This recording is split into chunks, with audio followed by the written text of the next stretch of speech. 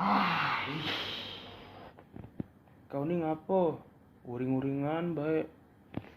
Ini nah soalnya apa dia? Ini pala aku bisa pecah. Soal? Soal apaan? Aku juga udah tahu apa ini. Apa ini? Angku udah jelas. Ya udah sini, aku ajarin. Yona,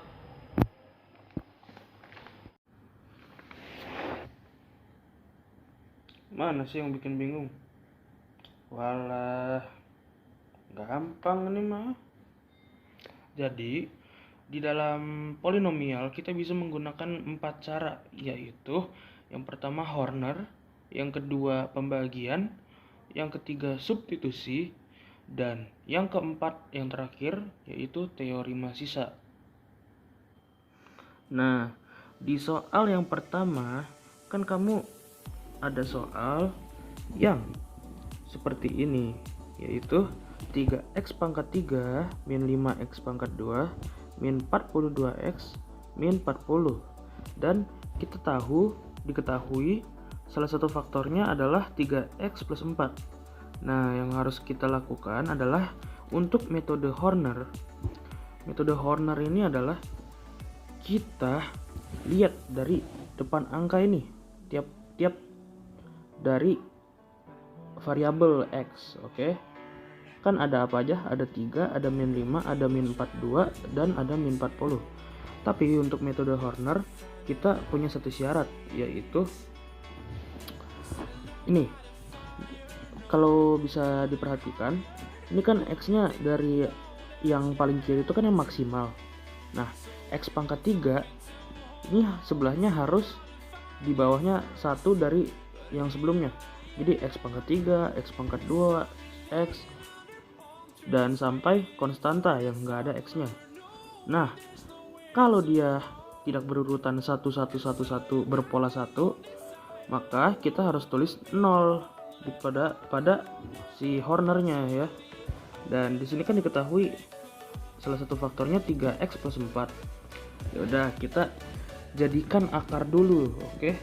Jadi x-nya di sini kalau kita hitung ya, ini 4-nya pindah ruas.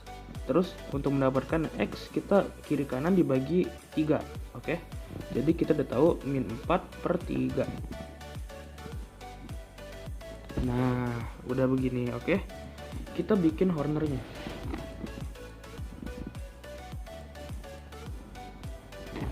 Oke. Lalu kita masukin aja ininya. 3 min 5 min 42 min 40. Dan ingat, Horner itu ditambah, oke? Nah, udah kayak gini, kita diketahui nih, apa yang diketahui? X-nya. Ini faktor, ini akar.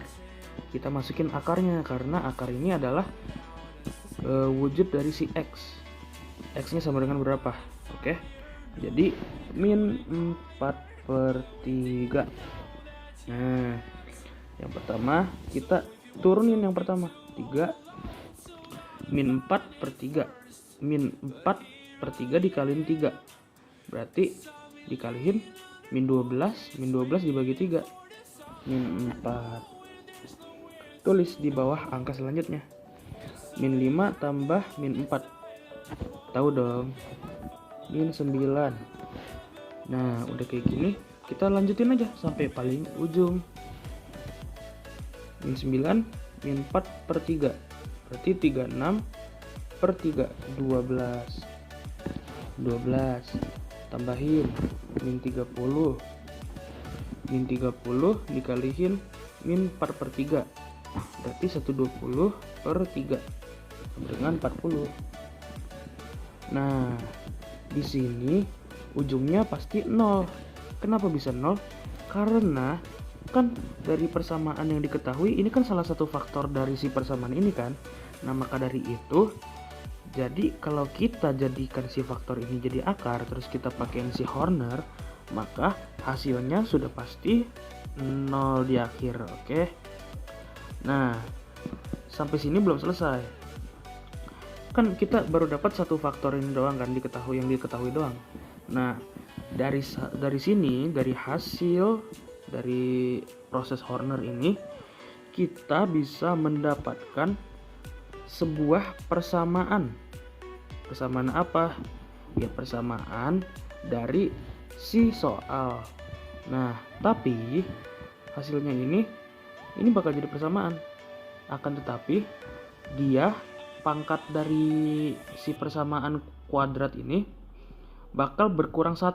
Jadi kalau ini mulainya dari maksimalnya x pangkat 3, maka hasilnya bakal dari pangkat x pangkat 2. Jadi kita langsung aja tulis 3x pangkat 2 minus 9x. Nah, jadi min 30 nya ini sebagai konstantanya, min 30. Nah, kok angkanya gede banget. Nah, ini jangan bingung ya teman-teman, kalian bisa sederhanain jadi berapa? Sederhanain dibagi 3. X pangkat 2 minus 3x minus 10. Nah, udah, kita ketemu persamaan kuadrat. Selanjutnya kita faktorin aja. Berapa yang dikali min 10 dan kalau dijumlah min 3? 2 dan 5. Tapi positif negatifnya teman-teman tahu gak? Ya betul, X plus 2 X min 5.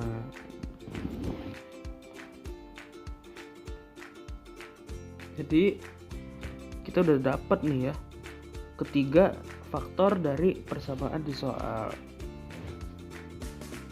Nah, ini cara yang kedua, yaitu dengan cara menggunakan pembagian. Teman-teman udah pasti tahu cara pembagian gimana ya.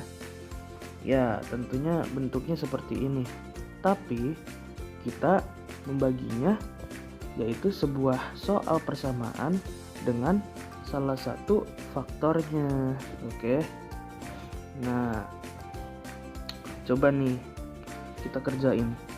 Ini kan paling kiri kan persamaan yang di soal itu x pangkat 6. Nah, yang di namanya yang ini tuh si pembagi dan yang ini yang dibagi. Nah, kalau yang di atas itu kan hasilnya kan, itu hasil dari pembagian, dan kalau misalnya ada sisa ya udah itu nanti sisa pembagian.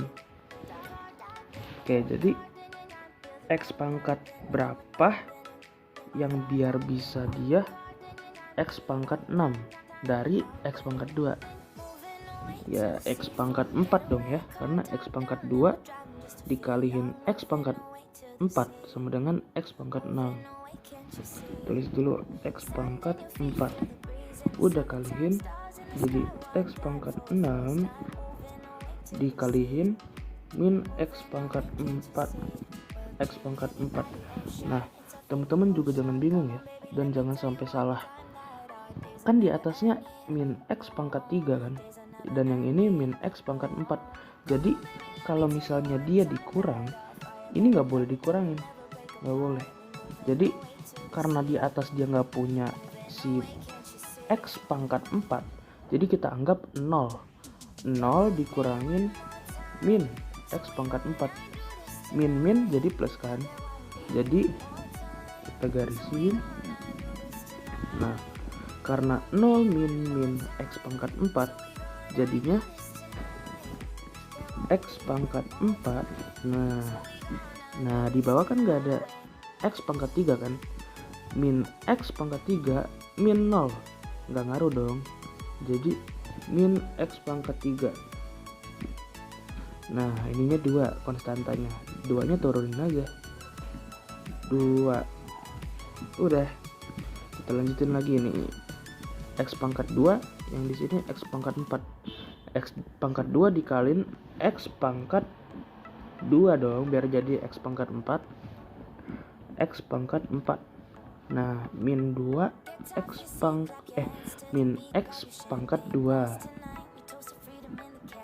Nah, gini. Sama kayak tadi, ini min X pangkat 3 nya dikurangin, gak ada yang sama kan variabelnya, ya udah nggak ngaruh. Jadi min X pangkat 3 terus, nah yang di bawah sini itu min X pangkat 2, karena di atas gak ada berarti 0 dikurangin min X pangkat 2, jadi min plus X pangkat 2 turun lagi 2 nya. Oke, udah gini kita sambung terus. Jadi nah karena di sini kan ada min kan ya yang paling depan, jadi yang atas X pangkat 2 dikalihin berapa biar jadi X pangkat min X pangkat 3. Ya udah, itu berarti dikalihin min X. Sebenarnya mau tulis X pangkat 1 juga nggak usah ya, karena kita udah tahu di sini pasti ada 1. Min X pangkat 3 min 1 dikali min X, jadi X plus X.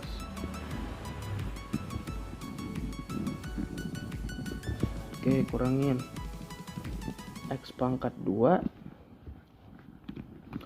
sama kayak tadi, 0 dikurangin X jadi min X plus 2. Nah yang terakhir yaitu X pangkat 2 ditambahin 1 tambah 1 X pangkat 2 ini jadi min 1 ya. Sudah, min X plus 3.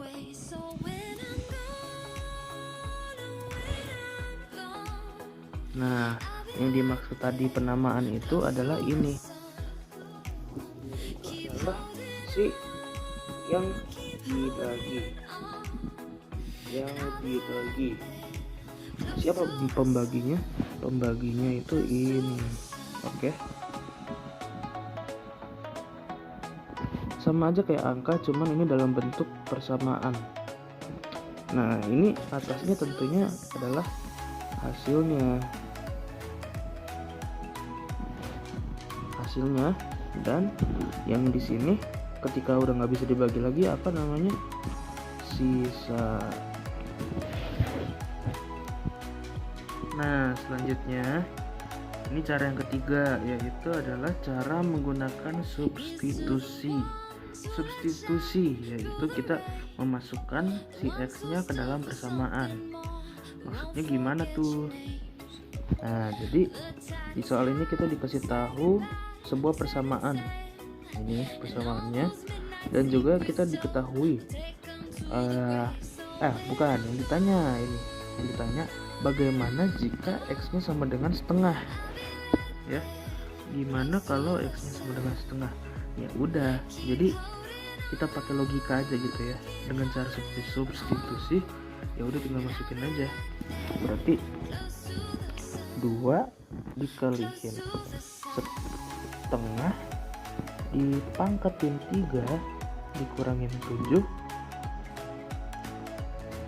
pangkatin 2 ditambahin 11 dikalihin setengah dikurangin 4. Nah sekarang kita tinggal ngitung aja ya.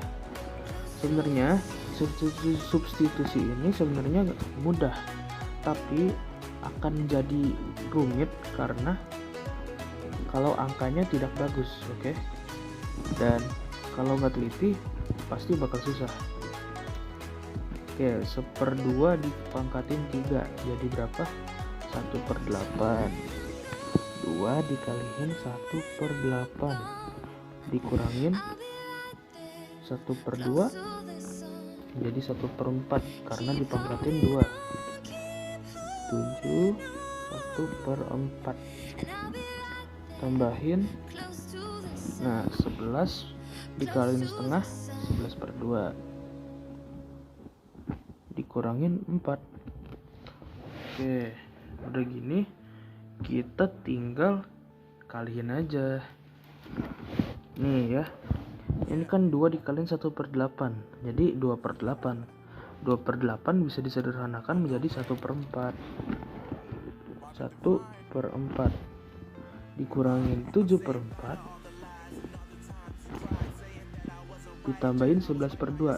11/2 itu sama saja kalau dikalikan 2 berarti jadi 22/4.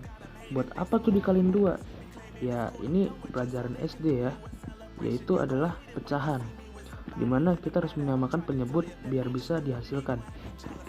Tambah 22/4 dikurangin 4.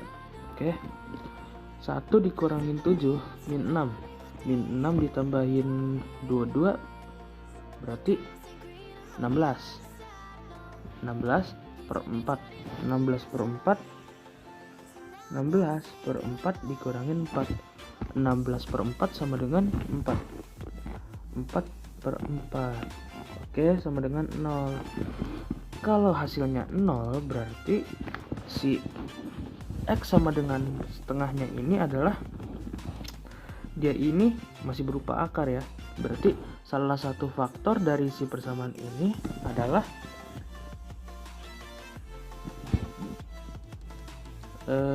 X sama dengan setengah. Berarti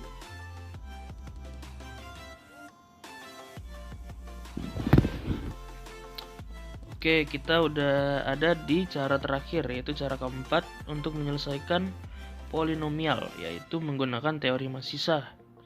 Di sini ada soal jika fx dibagi x pangkat 3 min 2x pangkat 2 minus 15x bersisa 2x pangkat 2 plus 5x min 3, maka sisa pembagian fx jika dibagi x plus 3 adalah, nah kita ingat lagi ya rumus teori massisa ya, yaitu fx sama dengan px dikaliin hx ditambahin sx.